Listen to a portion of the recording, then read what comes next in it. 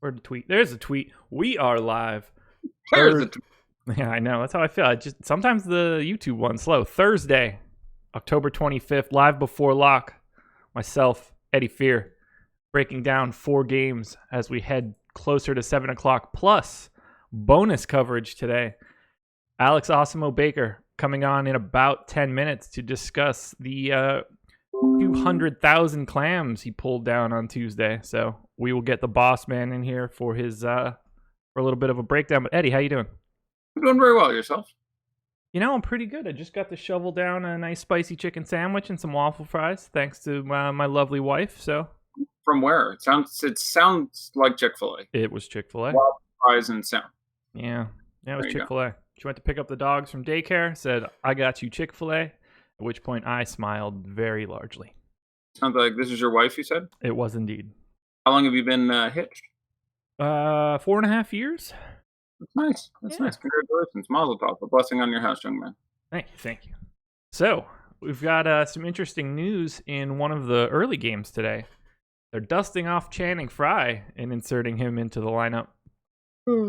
Any Channing Frye hot takes that you'd like to? I presume that means that, Channing Frye is unplayable. We can go into that more, but I have no interest in Channing Frye. Now, I will say, for the first time last year, I completely dismissed a player who was very, very good. I said I have no interest in Damian Dotson. I said it was just fine if you wanted to play Damian Dotson, so I didn't completely say something like, don't play him. But he obviously was exceptional, was in all the tournament-winning lineups. First time for me this year, regular preseason, I said, don't play a guy, or was strongly against a guy who was exceptional. A lot of things had to happen for him to be good. They had to get blown out. That happened. They had to really short the starters' minutes. That happened. They had to give him the preponderance of bench minutes and usage over guys like Mario Hezonja and the various other interesting bench guys. And he had to be productive. And all those things happened. He got the most minutes on the team. He got the most fantasy points on the team. He was a beast. And that's 2 games in a row for him. And at that very nominal price, someone we should definitely pay attention to going forward in the future. That being said, Channing Frye has no ability to create his own shot. He is no. a slave to someone else. Please help me score of anyone in the NBA. And, I love George Hill tonight. George Hill's my favorite play in this game. Really? Yeah, George Hill's my guy. George Hill has been eating Reggie Jackson's lunch for 10 years on 3 different teams. And if I will look it up. I only have the generic notes in front of me that this is a matchup I really enjoy. But if you look up, so let me pull up a query here. Hill. I'm interested. I'm picking the one out of not the one out of the baseball database that I really should just delete, because the odds of me doing a baseball show ever again are hopefully very, very small. Okay, here we go. Because George Hill against Reggie Jackson of the Yankees in 1977. I'm not sure what would have happened. My computer might have started smoking. So did not manage to start a game against each other last year because of the largely the injury issues to Reggie. But just going backwards before that, it looks like, let's see. So George Hill on DK especially is $4,500. I would say, a safe number we want to get is, say, 25 DK points. That would make me reasonably happy. George Hill has not failed to get 25 DK points when starting against Reggie Jackson 8 times in a row. On Utah, on Indiana, on everywhere. I don't think I quite got back to Spurs George Hill. But it's just a matchup I would have had some interest in anyway, where his price was kept down that nominally. You are taking the hope that you get move my microphone up now only 3 minutes into the show as opposed to 20 minutes into the show. I preceded you all complaining. So do you like him as much on FanDuel? No, FanDuel is obviously more expensive. There's other point guard plays that I'm a little more enamored of. I still think it's a fine tournament play. But I like the defensive matchup, and you just get those games. And if you've watched basketball and watched George Hill for long enough, you will have noticed that for years, there's about 3 games a year where he just looks for his own shot. And it's always weird where you're like, well, look at that. George can drive past people and do stuff. And I would play George Hill over Ish in any format. I project him for more than Ish in cash. I certainly like his ownership to be well lower in tournaments. Yeah. So for me, yeah, G Dubs there is certainly yeah. But there's always 3 or 4 games a year where George Hill just starts trying to get his own shot, and this is a game they really need him to do that in. He's got a great matchup. He's a guy who, for various periods of time, led the NBA in 3-point percentage. Uh, I just look him to participate. This isn't a game where I think they really want to try to dump it down low. Tristan Thompson and Andre Drummond have played dozens of games against each other. I don't think it's a spot for him. As I previously stated, Channing Frye isn't going to do a hell of a lot for you. So that leaves us looking at Chetty, who I think is just fine anywhere you want to play him. The usage should be massive. And then let me lower my notifications. You guys are blowing my ass up.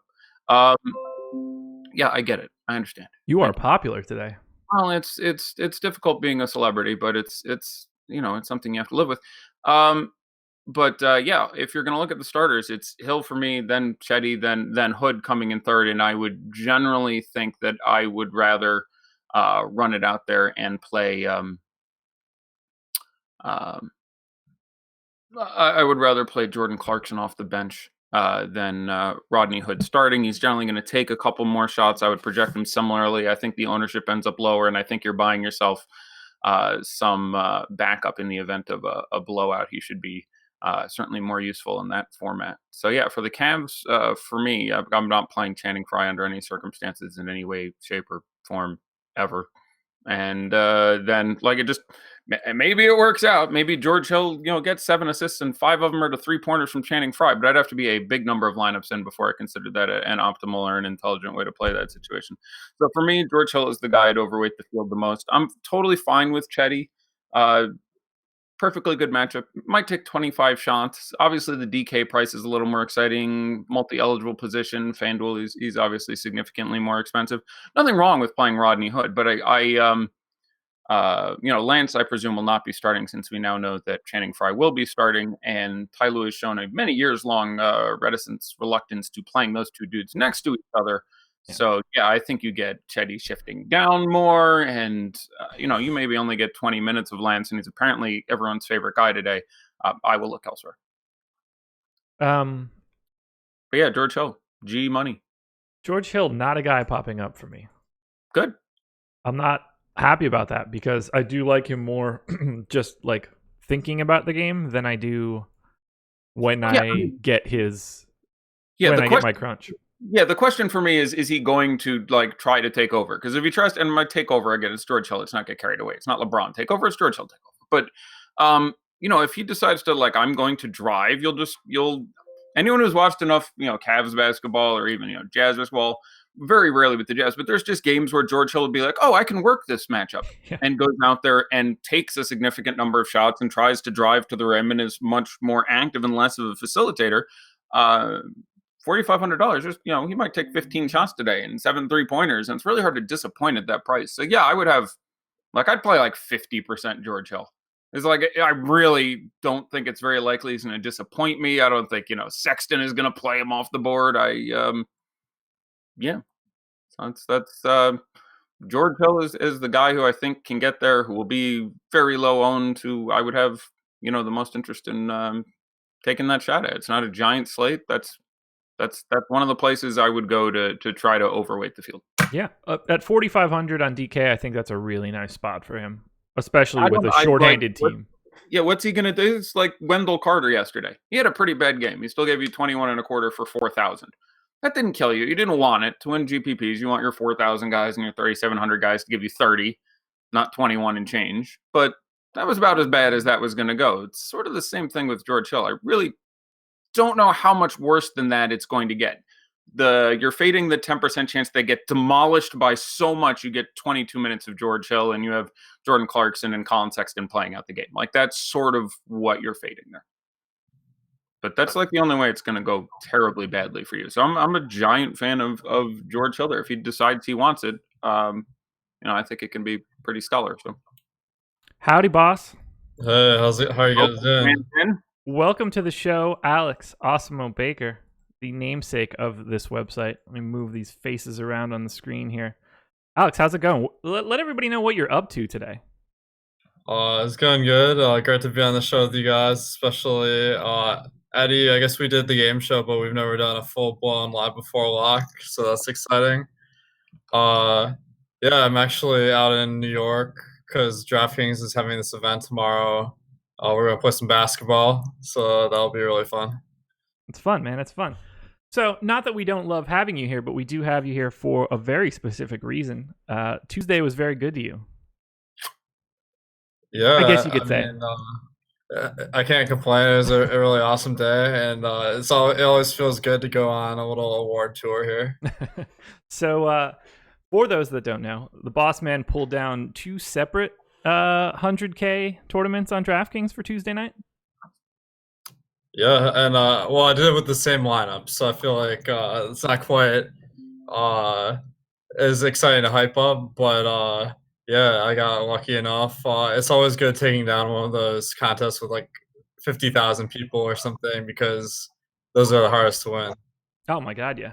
So I have your lineup up on the screen, just so for anybody that's not actually physically watching. Elfrid Payton, JJ Redick, Dario Saric, Marvin Bagley, Andre Drummond, Pat Beverly, Blake Griffin, Montrezl Harrell. Congrats to you for being on that 82-point Blake Griffin game when I had very little of it. Apparently, I didn't look at anything from you on that day. Thanks. Yeah, I mean, I didn't have him projected to be a crazy value or anything, but I always want to have a little splash of all the different guys that have the 40-point projections or whatever. And fortunately, I got really lucky. The game went to overtime, and Blake Griffin was killing it. So that combination just it worked out for me. Yeah, I was curious about that. So it looks like you have 4 guys from the Philly-Detroit game, 3 guys from the Clippers and Pelicans game. Is that an active decision for you, or is that something that is more likely to just come up naturally in your crunches?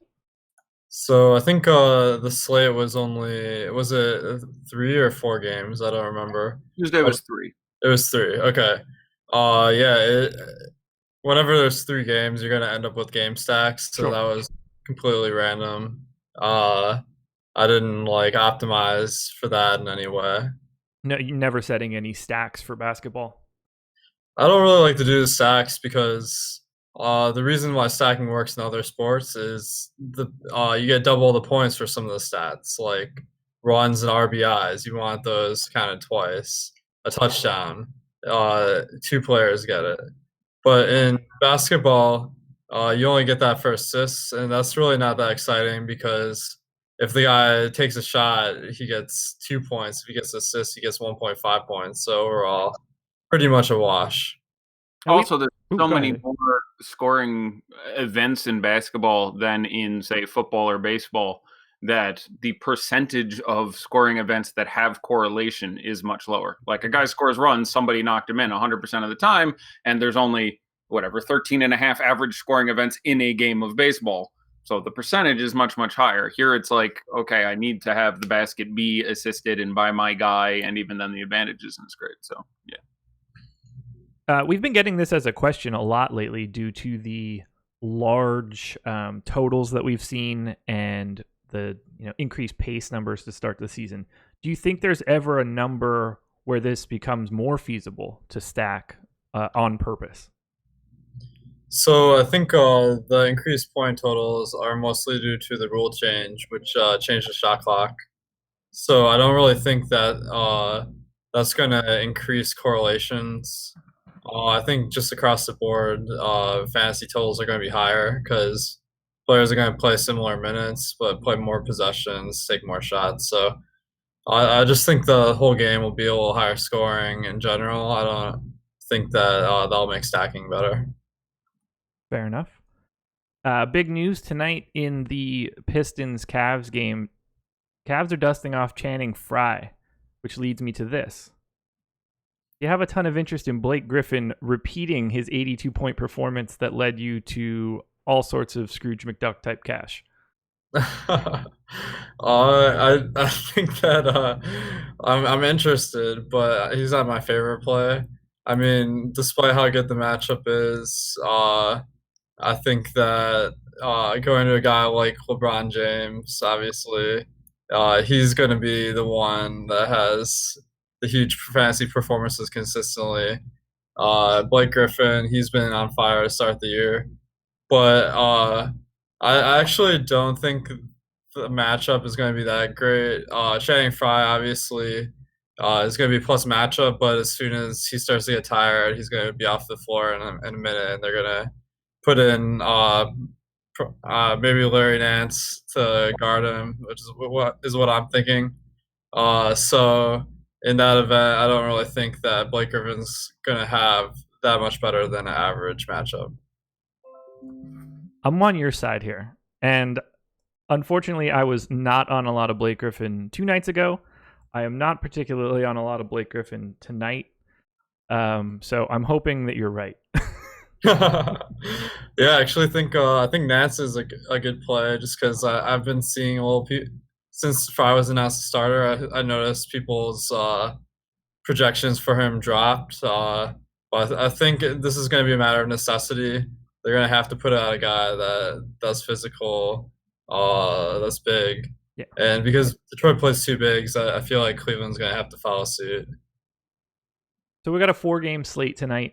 Obviously, Tuesday went really well for you on a 3-game slate. Do you have any personal preferences as to slate size in the NBA? I like the small slates from a fun perspective because I feel like I'm never like completely fading a guy. Like Giannis last night, he got like 80 something points. I didn't have him a lot, and it's like night's over. But tonight on a 3-game slate, you can cover a lot more. Or today's the 4-game slate, you can cover a lot more bases. So that makes it a little bit more fun because you get to sweat all your lineups, and they're not dead after one guy that you don't have goes off. That's fair. Any big picks for tonight? Anybody you have your eye on that our listeners would be interested in hearing? Let's see here. I think one guy that's jumping out to me is Paul Millsap. He hasn't really done a whole lot this year, but his price is down to 5,800, which is just crazy low for his fantasy production. So that'd be a situation where I'd look to roster him and hope that he gets some more playing time as a result of playing well. That makes me happy. I do have quite a bit of Paul Millsap. Now we're going to need you to break a tie. What are your thoughts on George Hill? George Hill, I'm not like huge on him. I think that if I have to go to someone on the Cavs, I'd probably go to Nance first, Hood or Thompson. But I don't really see any reason George Hill is in a better than usual spot right now. 2-1, Eddie. We win. Sorry, Eddie. No, that's okay. Let's put some money on it. I got a month's pay on George Hill over. Oh God, I don't know. Somebody else on that team, Raw points. I don't. Alex has 200,000 burning a hole in his pocket. I think he's in. I was gonna say, I'll get you off air, but Eddie, I know you're chomping at the bit to win my money, but not tonight. All right, another. Sorry, I was taking a sip of water and that did not go down correctly. That's what she said. I walked right into that one, didn't I? Any questions in the chat for Alex, both in the YouTube chat or in our premium chat? We have questions like, can we get Adam or Osimo and Eddie to do a game-by-game breakdown or position breakdown? We're going to have Alex for what I'm assuming to be 5 more minutes, so I don't think that we're going to be able to go game-by-game here. But if anybody in the premium Slack chat has any questions for Alex, we'll be able to get them in the next 5 minutes. Yeah, go ahead and do that, and we'll burn through the last games. We can make it all Alex all the time for now. My rankings are up. They'll instruct hopefully a little bit. There you go. Anybody standing out above what we're projecting our ownership for you there, Eddie? Anybody outside of George Hill? Anybody huge in your rankings today? We'll get Alex's take. Do you mean just in the first game or in general? No, just in general. Yeah, there's a few guys who I think appealed to me a little more versus the ownership. I don't know how popular he's going to be, but especially at price, I do think Jamal Murray bounces back. Like, there's been foul trouble, there's been lingering issues. He looked fine last game and still produced a lot in the 19 minutes he managed to get on the court. A couple more days of rest there, and what's a pretty superlative matchup. I like Jamal Murray here, I think, a fair bit. I think Lillard will go under-owned. Like, I would only project him for 46, 47, but he's 8,700. Again, looking at DraftKings pricing, and a lot of people are going to reach for Westbrook, and I suppose I'm sort of anti-Westbrook. I'll go that far as to say I consider the Westbrook matchup to be about as bad as it's going to get for him. DK, I can sort of see it, but FanDuel, I would probably just let it go. He looked great his first game back. Didn't look rusty at all. Did exactly Westbrookian things, but this Celtics defense is real, and I would be disinclined towards playing Russell Westbrook if I could find other ways. Like, obviously, he's going to have Westbrook-esque ceiling in almost any matchup we put him out there against, and has certainly been a guy we've seen throw up 80 against a number of teams. But as a small sample, last year he played these Celtics twice. He didn't get to 50 either game. Yeah, I don't have a ton of Westbrook. Do you have a preference on Westbrook tonight, Alex? I definitely prefer LeBron at the same price. If I had to make an ownership call here, one guy that I'm probably going to be below the field on is Ish Smith. We have him projected currently for 25% ownership. So far, he's been balling. He's finished every game. But I'm expecting with the new coach, whoever is having the best games is going to be on the court to close the game. So I think that that includes guys like Langston Galloway, Stanley Johnson. So I wouldn't count on seeing Ish Smith play close to 30 minutes again tonight. I think it's really dependent on his performance during the game. Yeah, and also he's been shooting unsustainably high. There's a number of guys in these small sample sizes that if you want DFS tip number one when you're a week 10 days into a season, it's look at the guys who've been underperforming relative to their expectation and fade the other guys. And Ish, now I will say that I've been tepid on Ish for quite some time, and there's a lot of merit to the fact that clearly Casey likes closing out the game with Ish next to Reggie. And if Ish isn't to get 30 minutes, and especially where he's still 4,400, he's not objectively in any way a bad play. But he's been shooting unsustainably high for him, especially from the field. And I'm more inclined to give me Jeremy Grant. Jeremy Grant hasn't made 30% of his buckets any game yet. He's like 3,800 on DK and has played 28 or 29 minutes every game. So I'll take that guy who can pick up a pile of peripherals. Again, that matchup isn't necessarily ideal, but I'm looking at these guys who will not continue to shoot 25% from the field, as opposed to hoping guys who are shooting 60% from the field continue to do so. I completely agree there. Alex, we have 1 minute left now. We don't have an NBA gimmick yet, similar to our make a home run pick. Any thoughts on what we could use here? Because we need to fill that. 100-yard receiver and rusher is what Chris and I have been using in NFL. Eddie, if you're not familiar, we do home run calls on our MLB shows. You got to pick somebody you think is going to hit a home run. I was going to say Sure. double doubles or triple doubles, but we're pretty much just going to pick LeBron and Russ Westbrook and walk away from it.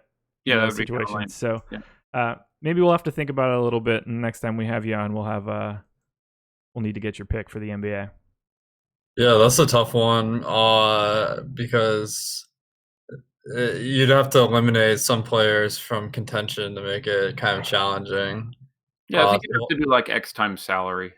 Tell that to Chris. He liked to pick Giancarlo Stanton to hit a home run as if it's not a really easy pick. Oh, you took Trout and hit one too, so maybe you two are conspiring against me. So I gotta get my tout in before I go. Since I'm a tout now. So far, you guys haven't really asked me how I came to the lineup, but my strategy is to kind of balance the ownership and projection of lineups. And I'm really excited because in our lineup builder, I'm not sure if it's live yet, but it will be imminently within the next few days, I think. it's going to tell you what percentile your lineup that you put in there ranks in terms of GPA and in terms of ownership in the field. So if you make a really good lineup, I mean, you're not going to be able to have like 90th percentile in both projection, which is GPA, and in ownership because there's some trade off there. But you want to have one that's above average in both, hopefully. That's So fine. it'll tell you your lineup 70th percentile ownership and 80th percentile GPA, and that's going to be a really useful tool for our users to find out if their lineups are going to be good ones at GPPs. And I have it up right now, just showing people a preview of what it's going to look like. If you've been using our NFL lineup builder or our NHL lineup builder, looks a little bit similar.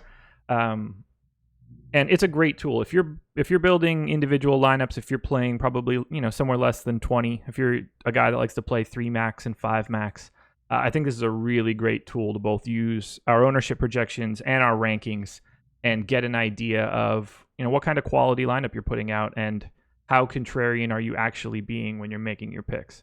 So it's a great tool. I love it. Anytime that I'm playing a short amount of lineups, it's the first place I go. Yeah, I think it's a great tool, as you mentioned, for the people who have who are want to make really careful decisions about each player. Yeah. If you're an MME guy, you can also do the same thing using Excel. I'm kind of guessing that these guys are more proficient in the spreadsheets. So you can download our ownership, download my rankings, and you can compute each for your lineups and compare them and sort them really fast based on those metrics too. There you go. And this should be out for everyone shortly. I know we still have it in beta and we're testing out a couple more things, but coming out, like you said, imminently. Alex, anything else you want to touch on? No, just thanks guys for all the great work, and thanks everyone for watching. Thanks for being here, boss. Alex Awesome Baker, everybody, coming to take your money tonight. Alex, we'll talk to you later. Enjoy New York. All right, thanks. We are back and we've got games to crank through. Let's do it. I'm going to move your face back. We're on opposite sides now. There we go. All better. Good to go. We're good. We're good. I think I got you. Okay. I think I got you. No problem. Tried to make it easy as I could. Did we have any other takes on Pistons Cavs? I don't think that we did. I'd play Reggie over Ish in tournaments. I'm fine with you playing $4,400 Ish in anything you want to on DK. I don't want to overstate the situation. Like, I would just rather play George Hill. I do project him for a couple more raw points and expect the ownership to be much better. So I wouldn't play Ish anywhere, but Ish is just objectively underpriced at the role we're seeing right now. So, but outside of that, I don't think it's like, you can certainly Bullock in tournaments. It's a small slate. I have no issue with you running Bullock out there. You're obviously hoping on steals and threes. Both guys like him and Stanley Johnson under 4K make plenty of sense in a matchup against a truly dreadful Cavs squad. They're bad. But I'm a little more inclined to try to chase the usage. I mean, Kevin Love, excepting the last game, was taking 18, 19 shots a game. I'd be more inclined to take advantage of that. So again, big fan of Hill. No issue with you playing Chetty. Probably Clarkson next for me. Then Hood. Yeah, that Cavs team is real. It's really hard to make out what's going to happen there with no Love on the floor. It's just a mess of dudes that are incredibly uninteresting. Yeah, they're dreadful. Yeah. Magic and Portland. I am very interested in this game for one particular person, and I'm leading with this person because I want to get your take. CJ McCollum is $6,700 on FanDuel and $6,100 on DraftKings. He is probably my favorite play of the entire night. What say you on CJ? I think his role as the complementary first unit guy to Lillard, as opposed to when he was getting the second. Again, this is a team that decided they wanted to join the modern NBA this year, and so they're trying to shoot more three-pointers. And one of the ways they've done that is hand the keys to the second unit to Evan Turner and let him run that. I think that does put somewhat of a ceiling on CJ McCollum's upside. Not a huge one, can still, did it most of his shots, but the assists are going to stay down, I think. So he's underpriced. I have no issue with him whatsoever in this matchup. Fournier will guard him a lot of the time. That's been a good matchup for him in the past. But I still think he's going to get 28, 30 fantasy points, which is just great. You could get 40. I don't think you're getting 50. For tournaments, my favorite guy in that team would actually be Yusuf Nurkic. You have to always ask yourself, is it worth it, Yusuf Nurkic? And I think he's in a particularly good spot. Again, this is an Orlando team that is running big, so we hope to get more time out of him, less of them shifting other guys to the 5, less of Zach Collins coming off the bench. If you look last year, same situation against what was then, I think, objectively a smaller Orlando team. In the 2 times they played each other, Nurkic got, I want to say, 24 and a half minutes in one and 32 minutes in the other one. So that gives me a little more peace with the matchup. And it's a spot where, even though Vooch has improved his defense, and it's not a game we expect to be moving a million miles an hour, I have some reluctance on the other non-Jokic center plays tonight. So I like Nurkic a lot in tournaments. I would say I'm slightly more excited about a Nurkic play than a McCollum play in tournaments. But Okay. I certainly have no objection to any McCollum. But Nurkic, again, just someone I don't think is owned as quite as much as he could be. And I'll guess he gets 30 minutes tonight. And if that's the case, I'm going to always be pretty excited about him when he gets 30 minutes. And I can really see scenarios in which Steven Adams, who I expect to be really popular, struggles. Again, not a great matchup for him, not just because it's the Celtics, but historically he's had trouble with Horford and in that situation. So probably slightly bigger fan of him. Okay. I can appreciate that. I'm hoping that he could rebound on his shot. I think he was 5 for 25 in the last game, which is not a normal output for CJ McCollum. 35% from the field on the year or something. So that is a number we expect to certainly improve. And with the price down, like it's no problem whatsoever. I just think it's more likely I get 45 out of Nurkic than McCollum. And again, I'm just searching sky high numbers if we're looking at tournaments, but certainly no issue whatsoever with McCollum. Okay. Any interest in Lillard then? Yeah, again, I just mentioned before, he's just still objectively a little too cheap. We don't worry about this matchup here. 8,700, and I think this is the 4th game this year for this team. Lillard has like 45 to 50 in all the other ones, right? And this wouldn't be, again, that's a small sample size, but you would predict him to be in that area as well. And for 8,700, that feels pretty good. 3 games, 45, 46 and a half, 51 and a half on DK. Now, end of variable quality. You have the Lakers, which is a walk. Washington, which is a bit harder, and San Antonio in there. So, I'm like, if you're telling me I think he gets me 46 tonight, I feel pretty good about that at 8,700. It's not taking home the world, but there is a point, especially the smaller a slate gets, where you're not necessarily trying to upside the hell out of every guy, and just getting 46 out of Lillard at 8,700 may look pretty good at the end of the evening. So he's not as tournamenty as, say, Jamal Murray, who obviously has a lot of appeal. But, Lillard at 8,700 is objectively points per dollar a pretty strong play. FanDuel, you're obviously making more of a differentiation there, especially with, Westbrook now being all the way up at 12.5. It is a different decision, and not as many guys priced as well there. I look more towards guys who are in the mid-range, because I'm probably trying to play LeBron and Jokic a lot of the time, but certainly wouldn't object out of hand to playing that. I might rather play $7,700 Kyrie Irving than $9,800 Damian Lillard. But on DK, where their prices are a little closer, I would prefer Lillard, certainly in any cash scenario, and probably in tournaments as well. So, you've got some history here. He's seen fair amounts of DJ Augustine in this team.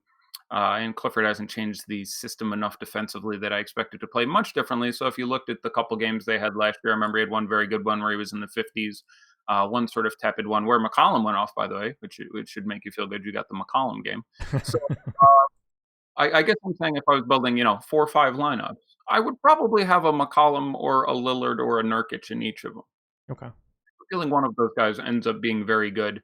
Running 2 out there, you might be asking for a little bit of trouble. Not that 2 or even 3 guys can't get there if this game just gets running. We've got a few games this year with an over-under of 212 that have put up 247 points in regulation. So certainly not impossible. I don't think that's necessarily this game. But, I like having a piece of one of those big 3. Small forwards, obviously, a bit of a cluster. I'd be most inclined to running Evan Turner, if we're going to count him as a small forward for this conversation, over Jake Layman, who's going to start but see the fewest minutes, or Mo Harkless, who's still getting up to speed and not a guy we love to target anyway. And Aminu is someone you can grab any night that you want to. He's really one of the hardest players in the NBA to predict for me. I really don't know when the hell he's going to do what he does. It's just pretty random. And shout out to Zach Collins. Obviously, you don't want to be playing him if you're playing Nurkic, but he's power forward on FanDuel where he makes an interesting punt. He's only 4,200 there. There you can lock in like JaVale at center, and he makes an interesting potential score drop candidate at power forward. Yeah, you mentioned Aminu. He's a guy that I try to take on days where the other team is bad at giving up lots of corner threes, because it's essentially the only thing that he does. Yeah, no, that's the one. And again, I haven't really been looking at as the season goes on, I'll look more into those trackable statistics as far as shot location and things like that. But yeah, I would agree that that'd be a strong marker for me. Probably the first one I'm looking at. He can make a corner three, and if there are teams that are, again, the sample size right now is just irrelevant for me. And enough of the personnel has changed and the coaches have changed and what's happened in 4 games so far would have to be pretty significant to be notable. But another week or so, that's something I'll start looking at. And I do think that would be a very good marker to look at in that scenario. Yeah. On the opposite side here, Aaron Gordon is the guy that I have the most of from the Magic side. I think it's a really good spot. Price point 7,600 on FanDuel, 7,100 on DK. After that, I'm kind of scraping the bottom of the barrel for Orlando guys. So I'd love your take on Aaron Gordon. Yeah, I again, not quite Aminu level, but someone who is difficult to predict. He has frequently popped off in odd situations, and you're like, wow, Aaron Gordon broke the slate. Someone with whom, again, and I frequently do this where I take players and I run what's called regression analysis, which is, reverse analysis as to how their production is looking relative to other things with matchup and, DVP or DRPM or whatever the hell we're looking at. And he's another guy who does not get strong correlation between any of these things and when he decides to randomly pop off. And especially on a small slate, if you get the Aaron Gordon game and he throws up 50, which is very possible because he has all the tools to do that, go ahead. I think it's not a great slot for him. This isn't a Portland team that runs very fast. This is a Portland team whose defense I believe in as being a top 10 unit in the league. DraftKings, I would probably rather play Jonathan Isaac. He's 4,400 on DK. He's not out of play on FanDuel. And the biggest thing is he pretends a decent upside with steals and blocks. And after playing minutes in the teens, the first 2 games and the last 2 games, he's played 26, 27, 28 minutes. So that's just too cheap. So, on DK, Jonathan Isaac would be the guy I'd be looking towards more there. But I can't talk you off Aaron Gordon. I like the ownership a little better there on Vooch, who, again, is better defensively and much better offensively this year, has shown the ability to just put the team on his back. Maybe he's contractual, maybe he's threatened by Mo Bamba, but he's just gone out there and had some monster games, even in difficult situations. So I would probably rather Nurk it up in tournaments, and I do think it's not a great spot for him. That being said, we've seen it before, so I don't have a very strong take there, except to say hard for me to just be like, don't play Vooch, but I do think the odds on getting the blow-up game out of him and Gordon appear to be roughly proportional, and I do think your ownership on Gordon is a little bit better. So I think I, like you, would be more inclined to look that way. Okay. Only other guy that I have like a lot of interest in this game, and it's a FanDuel only thing. Jonathan Simmons, 3,900 on a night devoid of super low, easy punt plays. Anytime that I can get somebody like that under 4K, I'll take a shot. Yeah, FanDuel, looking at the values I have Augustine as a value on FanDuel where he's 44, 45 or something. It looked like there was going to be a timeshare between him and Jerian Grant for a while on that team, and he's taken the lion's share of the 30-plus minutes the last couple games. So I just have some interest in Augustine. It's more of a cash punt, but getting 31 out of him wouldn't shock me whatsoever. So, like FanDuel, the punts by position I'm looking at are Augustine, Rozier, Hood, Morris, Hood, Smart, Wancho and Lance, Zach Collins, Morris, Trey Lyles, and probably Jonathan Williams at the center if you decided to go with the punt there. But certainly, Simmons, has not looked great this year. But FanDuel, I think he's fine as a spot in which you could where you're punting. I think he makes a lot of sense because he does have an upside. He can do the steal block thing and hasn't really done it yet this year. Had a lot of fouls this year, so I do think there are a number of ways for him to regress positively. So don't dislike that play. Okay. We'll move on to Oklahoma City, Boston, unless you have any more for Magic and Blazers. No, let's go. If we missed it, we'll get it in questions. I got about 31 pending questions, so we should. Let's boogie. Sure. This is a game that I don't have a lot of interest in. The only person I'm really looking at in Oklahoma City would be actually Dennis Schroeder. I have a little bit of Russ, but otherwise, I don't love the Oklahoma City side here. I'm just too scared of Boston's defense. Yeah, I now, again, a lot of people will think that way. The ownership on a lot of these guys is going to be nice. Like Paul George can do his thing regardless. 8,200 on DK, that's still a fine price. FanDuel not going to have a lot of Paul George played because everyone's going to play LeBron 70%, and then it's really hard to play LeBron, Paul George. So by distinction, you're going to have 23% Paul George or something. That's pretty nice. He is an elite defender. He can pick up 2 blocks and 4 steals and then go out and have a fairly tepid, 22-11 game against Boston and randomly end up with 53 fantasy points and be the guy out there. There aren't so many centers that Steven Adams is out of play for me. In tournaments, I would rather pivot to Vooch or Nurkic. I'd rather go with one of the Eastern European fellows playing out there. But yeah, Schroeder makes some sense. That price has come back down. Just can do it all on the second unit. His usage is really significant. Will continue to be there. And again, Jeremy Grant, especially on DK where he's under 4K, is one of my favorite punters. He's playing 28 or 29 minutes a game.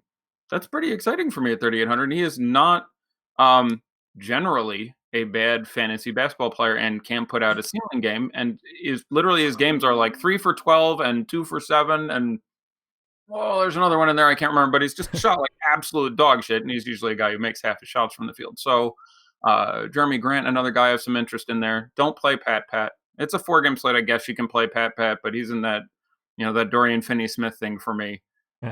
Really need all the pieces to align, and he's also, by the way, losing all the time. He's starting and getting 19 minutes. Jeremy Grant's playing 29 goddamn minutes. I'm going to take the other guy for $300 more who actually does things that can win you a tournament. Dear God, don't play any of the shooting guards. Nerlens Noel would not be out of play in a tournament for me, but you're going desperate. Like, you're probably going to he's going to play, N minus 48 minutes or 48 minus N minutes, where N is the amount Steven Adams plays. But if you're not playing Steven Adams, then you want a guy who can hit an upside, who will be very low owned as a FanDuel punt. If you don't want to play Jonathan Williams, or on DK where he's 3,500, you get 20 minutes of Nerlens Noel. I'd project him for 24 fantasy points, and that certainly can do it at low ownership when there's not a lot of tremendous value. Sure. You mentioned never Pat. Minimum salary on FanDuel, I have 1% in my 150. I'm playing very little Pat. Yeah. I'm. If it works out, you have $3,500 at power forward. I'm pretty sure that's the play. Like, if you manage to get closer to 4K, you have Zach Collins is 42, Marcus Morris is 42 or 43, Trey Lyles is 42. I'll go look, but yes, if you build and you love your lineup, it's not like when I say none, it means like I'm never excited about doing it. You have Channing Frye. I would rather play Pat. That's how dismissive I am of Channing Frye. Like, I'm on never Pat, and I prefer Pat to Channing Frye. Agreed. Because your ownership is, you're going to get 6% Pat and 24% Channing Frye from people who don't know better, I think. But I would Swanigan first. I would Daniel Tice first before I patted. I would Kem Birch first. Like, he'd be down the list for me. But yeah, I would certainly Marcus Morris, Zach Collins, and Trey Lyles, who are 42, and 4,400. And I'd certainly Jeremy Grant at 46. Again, I like that DK price more, but certainly still in play on a 4-game slate there. Is there anyone that's actually interesting on the Celtics outside of Kyrie Irving? Because I'm having a hard time figuring out if anybody's in a good spot. Yeah, Tatum. I won't say Tatum is in a good spot, but he's still just objectively underpriced. Like, Tatum at 67, 66, I think. It's not a matchup we're overly thrilled with, but he's just, grabbing his, 22 to 25% of the usage. Pretty hard to fall flat. Like, there's an argument to be made that, your best lineup could end up having Tatum in it and getting 28 fantasy points on FanDuel. I like him more on FanDuel because on DK, one of the reasons I don't like all the positional flexibility and all the multi-position eligibility and a utility slot is it gets rid of the skill of understanding positional scarcity. And there's a real chance that, when you look at FanDuel, power forward has, Jokic in there, okay, and Blake Griffin in there, but after those guys, you end up with Aaron Gordon, who can fail, and Kyle Kuzma, who's priced up and can fail, and Paul Millsap, who's frequently a low option on offense there, and Jeremy Grant and Al-Farouq Aminu. So there's a real chance 30 points out of Jason Tatum, which isn't exceptional. It's not even, 5x or what have you, is the right way to go. That the best lineup ends up having a guy like that. And I enjoy having that additional sort of skill point that is actually absent from DraftKings. Is one of the reasons I generally enjoyed playing FanDuel more before the whole late swap drop one shenanigans got. So I do think Tatum looks like it's very unlikely he'll disappoint you, and there's some merit to that when all these other guys can disappoint you. You could have, it's not inconceivable to imagine Jokic gets in foul trouble and Blake Griffin is up 27 at the half and only plays 21 minutes and scores 31 fantasy points. And Aaron Gordon, in not a great matchup, gets 32 fantasy points, and Kuzma, has one of his lower games and gets around 30, and all of a sudden you paid less and got Tatum, who got 30, which was as much or more than all these other guys. So I would still have some Tatum interest, but mostly on FanDuel. On DK, where there's more flexibility, you're playing him because you think there's a decent chance he gets up and gives you 40, and that's obviously the case because he can take 20-odd shots, but that's what you're playing him there for. On FanDuel, you're also playing him sort of as a systemic fade of the other guys at that position, which isn't an unreasonable take. Okay. Yeah, I'm treating the Celtics like a shotgun. I'm just letting it spray. Yeah, that's fine. I totally don't mind. I think Irving is, again, the guy I'd want the most of. In tournaments, Agreed. they have 3 bench guys you can play if the game gets out of hand, or even if it doesn't. Rozier, Smart, Morris. On a 4-game slate, all those guys are in play that you can just randomly throw in a share or 2 of. Yep. So let's move on to the last game because we're on 8 minutes, and I feel like a dick when we do this. Lakers and Nuggets. No need to feel like a dick. We run this show. They don't. Yeah, I blame Osimo, though. If he didn't have to come on and brag about his 200K, we'd have had time to talk about the Lakers and the Nuggets more. Lakers and Nuggets. LeBron James. Do you own him or do you not own him? That is the question at small forward. Otherwise, there is not a lot else out there. Yeah, you roster him. Yeah. I've got. You don't have to. If you're saying, would I play 100% LeBron? No, but I'd be around proportional with the field, which is going to be 75% on FanDuel and 65% on DK, and there's enough value to make it fly. If you don't have him, either fade all the starters in this and load up some bench guys and think that the Nuggets give them what for. I think the Nuggets are favored by 4 points or something like that, and think that this game goes a little squirrely, and then play some of the bench guys there, run out some KCP, run out some Lance Stevenson, etc. But I'm building around not playing LeBron. If I'm not playing LeBron, I'm scripting that shit. Otherwise, play some LeBron. Right. I like the Nuggets side of this game significantly more. In particular, newly minted power forward on FanDuel, Nikola Jokic. Tons and tons and tons of him. Yeah, I agree. He's a center. He's just a flat out center. Power forward. I'm trying to remember if he's actually played next to Plumlee at all this year, which would be the only time you could conceivably say that's what's going on. But whatever. Nothing to add on Jokic. It's an absolute monster spot.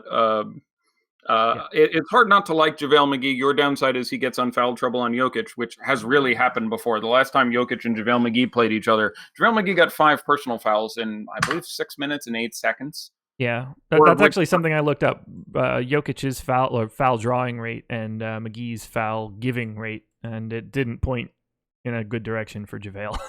Yeah, I still like JaVale McGee. I objectively like JaVale McGee. I think he's very fadeable because there's an obvious floor. We just demonstrated one of the many ways it happens. And he's going to be very popular because he's been just smashing the shit out of his price. He's been phenomenal. He's always been a great fantasy basketball player when he got enough time. He's getting enough time now because the team really doesn't have much of a choice besides starting Kuzma at center, and he's playing well enough they're not doing that. So I have no issue with you playing JaVale McGee in anything. Would not shock me whatsoever if you get 26 minutes and 40 fantasy points out of JaVale McGee. That being said, it's a 4-game slate. You're trying to find a way to be contrarian. He's going to be one of the most popular guys on the slate. Feel free to not play JaVale McGee, and if he doesn't have a good game, guess what? You just advantaged yourself on 45% of the field. What are your thoughts on Paul Millsap? The boss man asked about him or mentioned him, and he's a guy that I have an overwhelming amount of on FanDuel. So I'm curious to get your take there as well. No issue. I think that's a strong play. There's obviously, him being disengaged, and the price on FanDuel, 69, I think. I think it's a nice price. Nice. But on DK is 50 something. I'm just going to look as opposed to asking you and guessing every time. But Yeah, Paulie Millsap there. I think I like having a big amount of. I think it'll be higher on than we expect, but really hard for him to completely screw you. You are definitely playing against the blowout if you do that. So this negative correlation with Millsap and Lance Stevenson, or a negative correlation with Svi Mikhailuk and Paul Millsap. But outside of those notes, yeah, I would have no issue to any amount of exposure to Paul Millsap. See commentary 6 minutes ago on Jason Tatum. Same thing on FanDuel. Let's hit some questions. Do it. Kuzma, Paul George, or LeBron, Trey Lyles, FanDuel? The former in cash, the latter in tournaments, probably. I mean, I don't think you can Trey Lyles in cash. Kuzma, Paul George. Geez, they're both kind of tournamenty. I would play Kuzma and Paul George. Okay. Like, it's a tournament lineup either way. You may as well fade LeBron if you're going that way. So I would play the former. Nance and DK Cash? What is he, 46? No, I would not want to do it. I would play Jonathan Isaac. I would play George Hill if the position allows it.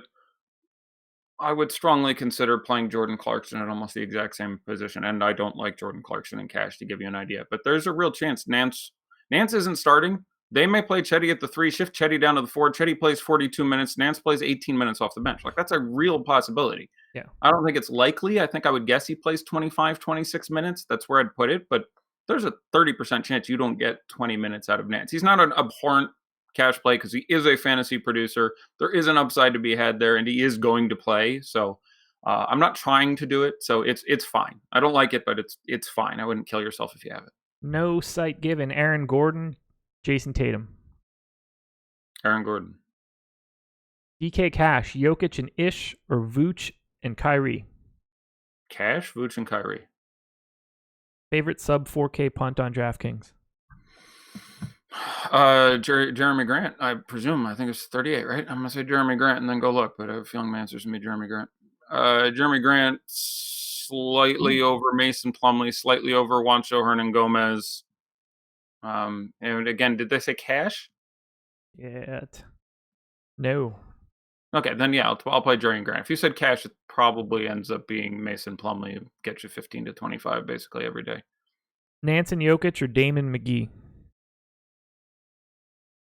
Should have said JaVale, but that's how you wrote it. I'll go with the latter one. I'll go with JaVale and Dame. Ooh, this one's one that I would have not have expected as a question. Chetty or Horford in a GPP? I don't know which site. It's DK, I'm sure. But Sure. Chetty's 5'9", and Horford, I think, is 6 flat. It depends a lot on the rest of your lineup there. Those are guys I think would profile kind of similarly. At cash, I probably play Horford by a bit, but it's really close. So yeah, it really depends what else is in your lineup at that point. Very similar. Lance or Williams, DK? I'll play Lance. Craig Lance or Williams. Sorry, lack of punctuation there got me. Sorry, say again? Torrey Craig, Lance, or Williams on DK? Yeah, don't play Torrey Craig. Assuming it's a tournament, it's Lance for me. You're going to be point chasing. He's going to be more popular than you want him to be. You probably don't get what you got last game, and this game more likely than not stays close. So you're getting mid-teens minutes of Lance and not uber god Lance. But that being said, Torrey Craig is really not an upside guy. He's by far the number 5 guy in this lineup. For going, I'd rather play Juancho before I played him. I'd probably rather play Monty Morris before I played Torrey Craig. So yeah, Lance is sadly my answer there in tournaments. Very confident I know the answer here. GPP, no site given. Aaron Gordon and Jason Tatum or Chetty and Vooch? Chetty and Vooch. Really? See, I was super confident it was Gordon and Tatum. Again, Tatum, I think, has really limited upside here. Okay. I will be surprised if you get the Uber Tatum game again, but he's done it before in situations. But just for the ownership, I slightly prefer the second of those. Gordon Hayward or Jonathan Isaac? Yeah. Probably Gordon Hayward in cash, believe it or not. He's going to get you 20, might get you 30, but Jonathan Isaac in tournaments. Price is finally down on FanDuel as well, if that's a FanDuel question. Yep. Final question, DKGPP, Lance and Isaac or Ish and Murray? I really like Murray in this spot. I will say Lance and Isaac, but that is very close for me. I like Jamal Murray quite a bit. Ish is tough for me to take a stab at. I'm really worried about Jamal Murray. We are at lock right now. I have Jamal Murray basically with the field. I didn't know how to handle him. I'm nervous about his health. Yep, that's the appropriate take. Just the price has come down to and the matchup is exceptional, and you can just smash it. So you are obviously hoping that the ownership stays down and he plays out healthy. But yep, that is a very reasonable take on the situation with G Money Murray there. Yeah, when the note is dealing with 2 rolled ankles and a tibia contusion, I'm a little nervous. You only have 2 legs. Tape them up, baby. Tape them up. So looking at the ownership real quick, and then I know we need to go because we got 3 fellas talking football after this. Like many women picked up drunks at a bar, we are in a Lofty sandwich tonight. Yeah, yes, we are. Yes, we are. Like what I did there.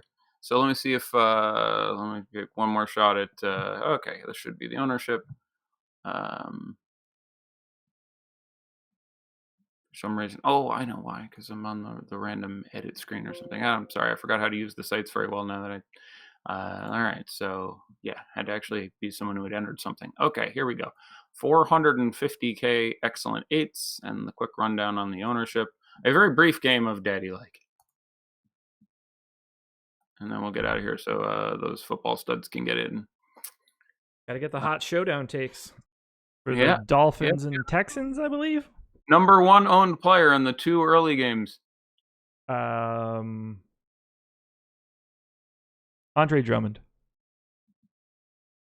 Andre Drummond is your number 13 owned player. Number 1, Evan Fournier, 33.5%. Number 2, Larry Nance, 33%. Oh boy, yes. Daddy like that Larry Nance is on that high, and I'm hoping I have now. We'll see how that goes. 33%, I'd look the other way. Ish, 28%. Yeah, that's what we thought. McCollum, 24%, about what we thought. Blake, only 23%. Okay. Aaron Gordon, 21%. Chetty Osman, 21%. Dame Lillard, 21%. Reggie Jackson, 20%. Jonathan Isaac, 20%. Nick Stauskas, 19%. I must have missed the memo. Tristan Thompson, 15.5%. Nick Vucevic, 15%. Andre Drummond, 12.4%. That's ridiculous. Andre Drummond at 12.4 is ridiculous. Yeah. I'm sorry I didn't get to talk about this more. Yeah, he generally does. Let's see. Last game he started against Tristan Thompson, he had 71, I think was the number. That was a 2020 with 3-3 game in the last spring. Last spring that they ran Tristan out there like, oh, we think he does better against Drummond. And Drummond literally fed him his own ass. It was maybe not literally. What did you, 12, 13? What did you say it was? 12.5%. Yeah, we haven't gotten down to George Hill yet. It's coming, bitches. It's 3%. Somebody mentioned it in the chat already. I think. Yeah, he's about the 33rd most owned player here. He's the 5th most owned player on the Cavs. Like, I'm pretty excited about George Hill. I love people think you're guarding Andre Drummond. My mind is blown. Yeah, at 9K, that Andre Drummond number is preposterous. What if Tristan Thompson picks up 2 fouls? Is Ante Zizic going to come out and play 25 minutes against Andre Drummond? Believe it or not, Zizic would be better. Zizic would absolutely be a better matchup. He's bigger. He's stronger. You actually want Ante. If they started Ante Zizic tonight, I would have been like, strong play. I actually would have been nice move, Tyler. Like Ante Zizic or Zizic is he's underrated. I don't disagree with you there, but he's just like it's a really terrible spot on the team with garbage.